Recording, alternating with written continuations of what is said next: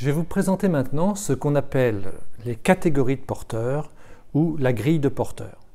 Alors Porter, c'est un psychologue qui vivait aux États-Unis entre 1914 et 1987 et donc dont la production théorique se situe autour des années 50, en plein cœur de la psychologie humaniste américaine. Et d'ailleurs, Porter était un des assistants de Carl Rogers, dont on sera amené à reparler aussi au cours de cet exposé.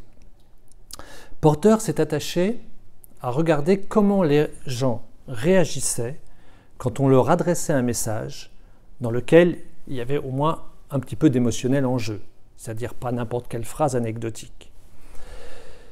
Et il s'est aperçu que ces réactions spontanées, ces premières réactions, on pouvait les ranger dans 6 catégories, d'où le nom de grille de Porter. Les premières catégories que je vais vous présenter, on va toutes pouvoir les considérer comme un obstacle à la communication en tant que première réaction. J'insiste bien sur cette notion de première réaction. Ce n'est pas qu'il ne faut jamais faire cela, telle ou telle catégorie, mais qu'en tant que première réaction, elle comporte essentiellement des inconvénients. Alors la première de ces catégories, c'est celle qu'on va appeler jugement-évaluation. C'est une attitude dans laquelle on réagit en disant à l'autre « tu dois, tu ne dois pas, il ne faut pas, c'est vrai, c'est faux ». On est donc dans ce qu'on appellerait en analyse transactionnelle le parent normatif. C'est une attitude plutôt moralisatrice. Si on regarde quels sont les principaux inconvénients de cette attitude, elle va fermer la communication. Imaginez qu'un ami vienne se confier à vous, vous le jugez une fois, vous le jugez 2 fois, rapidement, il ne va plus vous raconter ses petites misères ou ses grands problèmes. Ça peut produire chez l'autre de l'agressivité, le jugement, ou de la culpabilité. Imaginez qu'un ami vous dise « voilà, je ne supportais plus mon travail, mon manager était impossible à supporter, j'ai craqué, j'ai fini par démissionner. » Et vous lui dites « oh oui, mais non, c'est quand même pas malin, en période de chômage. » Eh bien, ça peut soit le mettre en colère, l'énerver, soit aussi le culpabiliser. Il peut dire « oui, c'est vrai, j'aurais pas dû quand même, j'ai exagéré. » Dans tous les cas, on l'a dit, ça ferme la discussion et ça clôt les confidences. Je vous propose maintenant d'étudier la deuxième de ces catégories, qu'on va traduire par soutien, dédramatisation. C'est donc une attitude dans laquelle on serait tenté de dire à l'autre « c'est pas grave, ça va s'arranger, ça ira mieux demain, t'inquiète pas ».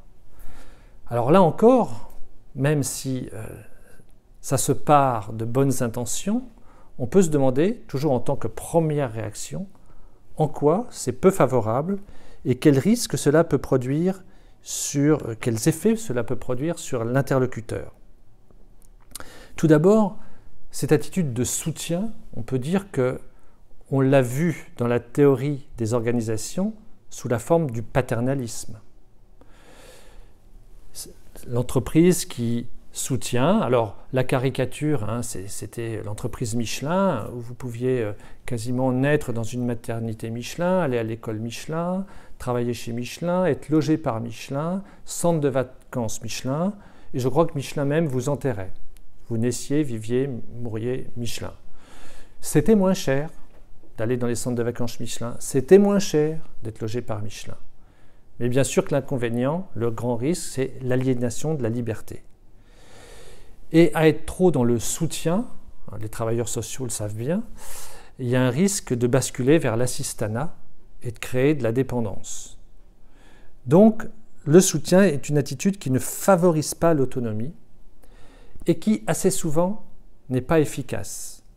Quand vous dites à quelqu'un, imaginez que vous dites à quelqu'un de dépressif dans votre entourage, « Oh, mais regarde quand même, c'est le printemps, tu vois, la vie est belle, la nature est tellement merveilleuse. » Ça m'étonnerait que la personne vous dise « Ah oui, maintenant que tu me dis ça, ça va mieux.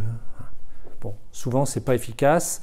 La personne, elle culpabilisera encore plus de n'être pas bien.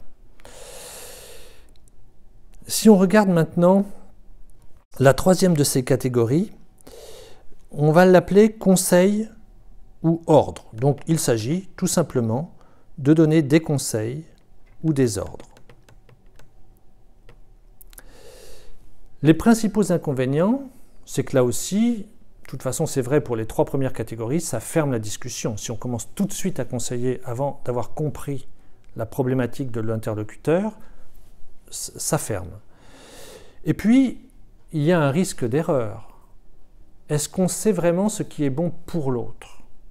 On verra que notre attitude serait peut-être meilleure d'aider l'autre à prendre sa bonne décision plutôt que de lui dire tout de suite ce qu'il faut faire. On n'est pas à la place de l'autre. On dit en français, les conseilleurs ne sont pas les payeurs. Et là aussi, le conseil n'est pas une attitude qui favorise l'autonomie de l'autre personne. Alors, on pourrait me dire, mais ça fait déjà beaucoup de choses qu'il ne faut pas faire, il ne faut pas juger, il ne faut pas conseiller, il ne faut pas soutenir, dédramatiser. Alors, qu'est-ce qu'il faut faire? Mais ce qu'on vous propose, en tant que première réaction, c'est de pratiquer l'écoute active. Alors l'écoute active, c'est une notion qui a été développée par Carl Rogers, qu'on appelle aussi écoute bienveillante, ou qui porte différents noms. L'écoute active, elle se caractérise d'abord par un état d'esprit qu'on appelle l'empathie. Alors parfois, on a une vision un petit peu étriquée de la notion d'empathie. Si on en donne une définition complète, moi je dirais que c'est la faculté de percevoir la situation telle que l'autre l'aperçoit et de détecter ses émotions, ses sentiments. Autrement dit, pour utiliser un terme de communication, il s'agit de pénétrer dans le cadre de référence de l'autre pour examiner la situation de son point de vue. Alors, il y a des images qui illustrent bien cette question du cadre de référence. Vous les avez déjà sûrement vues, des images où on peut voir, selon les personnes, soit plutôt une vieille sorcière, soit une jeune femme. Eh bien oui, le cadre de référence de chacun d'entre nous interprète la réalité qui nous entoure et on ne voit donc pas la même chose quand on regarde une même chose. De cet état d'esprit, donc de cette capacité à se décentrer, qui est l'empathie, va découler une technique, mais on devrait dire des techniques, la reformulation ou les reformulations. Rogers avait listé, je crois, jusqu'à environ 18 types de reformulation. Moi, je vais vous en proposer 4. 4 types de reformulation qui, si elles étaient maîtrisées, consisteraient pour vous déjà un bagage immense. Car dans toutes les situations à fort enjeu relationnel, que ce soit les entretiens, les réunions, les conflits, vous avez nécessairement le devoir d'utiliser les reformulations. On ne peut pas y échapper si on veut communiquer correctement. Alors, la première de ces reformulations que je vais vous proposer, c'est ce qu'on pourrait appeler la reformulation reflet-clarification. Il s'agit de reprendre dans votre reformulation l'essentiel du contenu du message de l'autre, plus les sentiments, les émotions que vous avez détectés chez lui. Pour s'exercer et pour introduire votre reformulation, vous pouvez commencer par « si j'ai bien compris » ou « vous êtes en train de me dire que ». Deuxième type de reformulation, la reformulation écho, E-C-H-O, mais on pourrait aussi l'écrire E-C-O parce qu'elle est très économique. Il s'agit de reprendre simplement un terme ou une expression du message de l'autre. Assez souvent, ça sera le dernier mot de la phrase. Quand faut-il faire ce type de reformulation? Eh bien, il y a 2 cas qui me semblent particulièrement pertinents. C'est soit que l'interlocuteur a utilisé une expression ambiguë, et vous voulez donc mieux comprendre ce qu'il veut dire par ce terme, soit il a utilisé un mot qui est chargé d'intensité émotionnelle. Si l'interlocuteur vous dit « oui, à ce moment-là, j'ai eu honte », honte, vous reconnaîtrez que ce n'est pas comme table ou chaise quand même, ce n'est pas n'importe quoi comme terme. Donc on peut lui renvoyer en miroir « honte ». Alors ça fait tout de suite très psy quand on fait ça. Et quand on s'y exerce, ça peut paraître un peu artificiel. Mais une fois que vous vous serez vraiment approprié ces techniques-là, vous verrez que c'est très efficace et que ça passe très bien dans le flux de la conversation. Troisième type de reformulation, la reformulation du non-verbal, de la communication non-verbale de l'autre. Vous êtes recruteur et vous demandez à la personne en face, au candidat, dans quelle situation vous avez quitté votre dernier emploi? Et la personne fait c'est-à-dire... Et là, on peut lui dire vous avez l'air embarrassé. Ma question vous embarrasse? Vous voyez, donc il s'agit de reformuler, non pas des mots, mais un langage corporel. Ça peut être très utile, ça aussi, pour gérer les émotions de l'interlocuteur.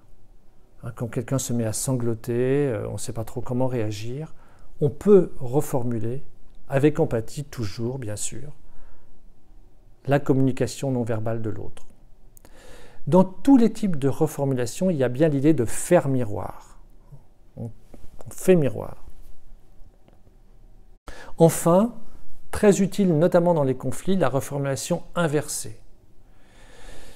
Dans les conflits, on a l'habitude de reformuler des récriminations, par exemple, à l'égard de l'autre, sous forme de besoin.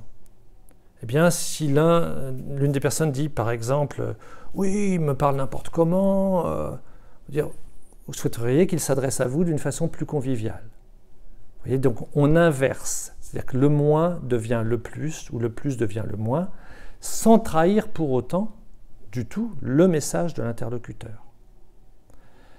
Alors bien sûr, on en est là à la quatrième catégorie de porteurs, et cette fois-ci, on n'est pas du tout dans les obstacles à la communication, mais à quelque chose qui va favoriser le dialogue, qui va l'ouvrir, le prolonger. La cinquième catégorie, c'est la catégorie de l'enquête, qui consiste donc à poser des questions. On va distinguer deux types d'enquête. En gros, la mauvaise et la bonne.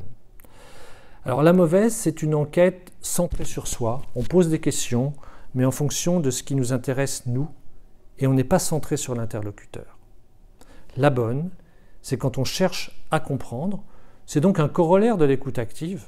On pose des questions pour mieux comprendre ce que l'interlocuteur nous dit. Et on distinguera les questions ouvertes et les questions fermées. Les questions fermées appelant un oui, et les questions ouvertes appelant plutôt un développement. Le plus souvent, bien sûr, il faudra privilégier les questions ouvertes. Nous allons donc aborder maintenant la dernière catégorie de cette grille de porteurs, la sixième catégorie, qu'on appelle l'interprétation. C'est difficile d'échapper totalement à l'interprétation, car quand quelqu'un me raconte quelque chose, je me fais toujours un petit peu mon propre cinéma. Vous savez, c'est un petit peu comme dans les bulles des bandes dessinées, c'est-à-dire que un étudiant me parle de sa voiture, alors moi j'imagine une Clio, mais en fait il roule en 4x4. Donc on a toujours tendance à projeter sur le discours de l'autre des choses qui nous appartiennent et donc à déformer le message. Il faut bien sûr essayer de le limiter au maximum parce que si on est dans l'interprétation, ça va susciter chez l'autre un mouvement de recul. L'écoute active, justement, nous sert à vérifier qu'on a vraiment compris le message de l'autre et qu'on n'est pas en train de l'interpréter.